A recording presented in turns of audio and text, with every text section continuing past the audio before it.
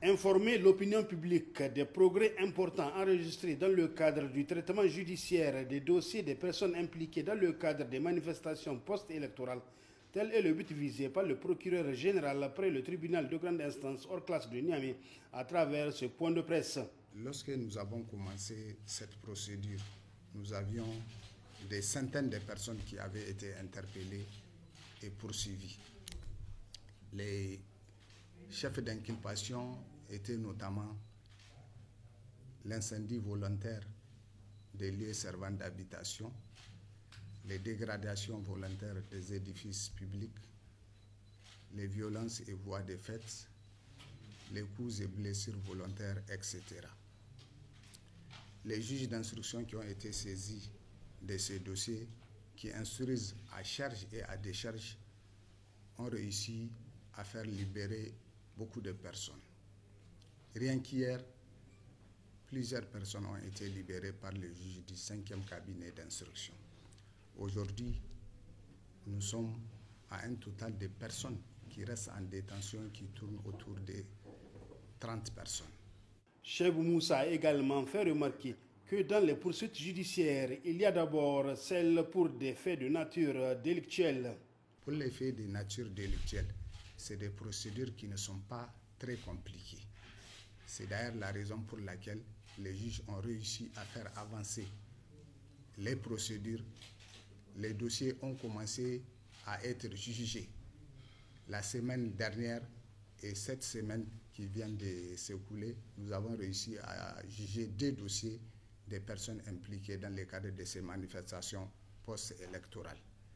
Ce qui a fait qu'on a mis relativement des mois avant de procéder à ce jugement, c'est que d'un point de vue technique lié à la conduite des investigations, nous avons été confrontés au problème du nombre important des victimes dans les différents dossiers.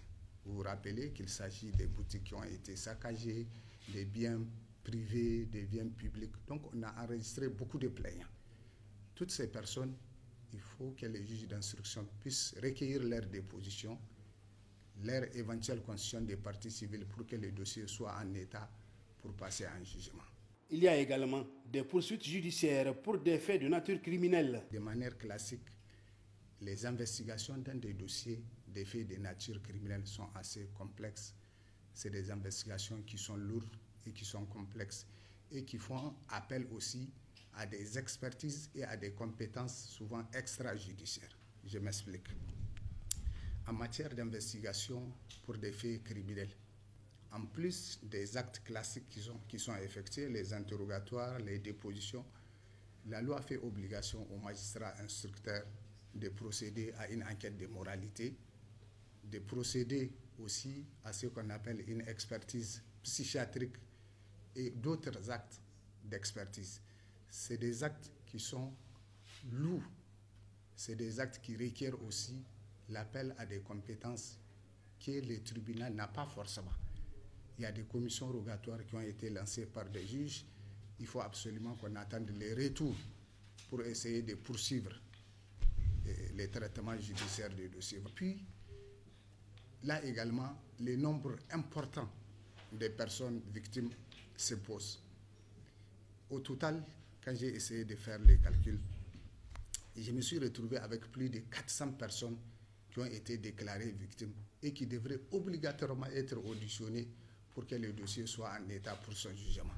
Donc, vous vous rendez compte qu'en vérité, c'est des procédures qui sont longues, qui sont lourdes et qui sont complexes. Néanmoins, le traitement avance bien.